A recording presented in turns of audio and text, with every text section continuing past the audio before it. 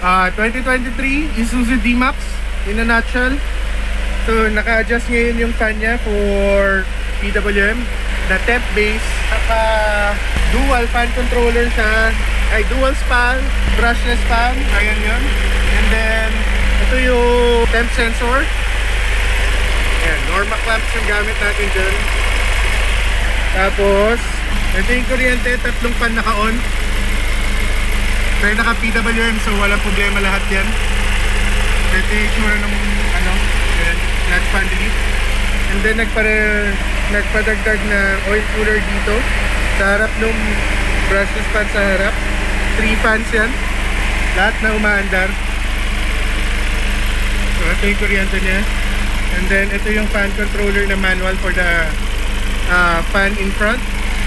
Tapos ito yung positive. And then dito yung negative. And then ito yung fuse box natin na double decker.